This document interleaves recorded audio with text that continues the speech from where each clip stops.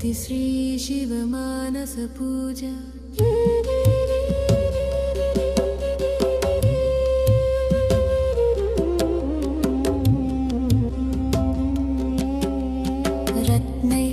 रत्नैकल्पितमासनं हिमजलैः स्नानं च दिव्याम्बरम् नानारत्नविभूषितं मृगमदामोदङ्कितं चन्दनं जाति चम्पकबिल्वपत्ररचितं पुष्पं च धूपं तथा दीपं देवदयानिधे पशुपते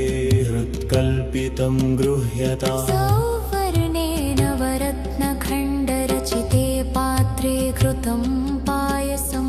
भक्ष्यं पञ्चविधं पयोदधियुतं रम्भाफलं पानकं शकानामयुतं जलं रुचिकरं कर्पूरखण्डोज्ज्वलं ताम्बूलं मनसा मया विरचितं भक्त्या प्रभो स्वीकुरु छत्रं चामरयोर्युगं व्यजनकं चादर्शकं निर्मलं वीणाभेरीं मृदङ्गकाहलकलागीतं च नृत्यं तथा साष्टाङ्गं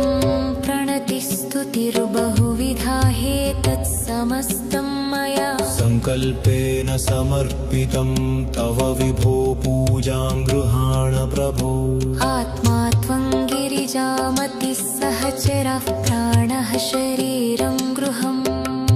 पूजा ते विषयोपभोगरचना निद्रा समाधिस्थिति सञ्चारकपदयोः प्रदक्षिणविधिस्तोत्राणि सर्वा गिरो यत्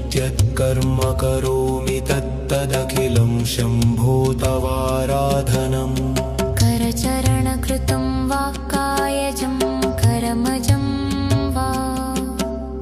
श्रवणनयनजं वा मानसं वापराधम् विहितमविहितं वा सर्वमेतत् क्षमस्व जय जय करुणाब्धे श्रीमहादेव शम्भो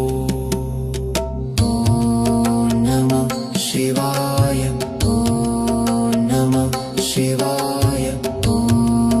नमः शिवाय इति श्री शिवमानस पूजा समापम्।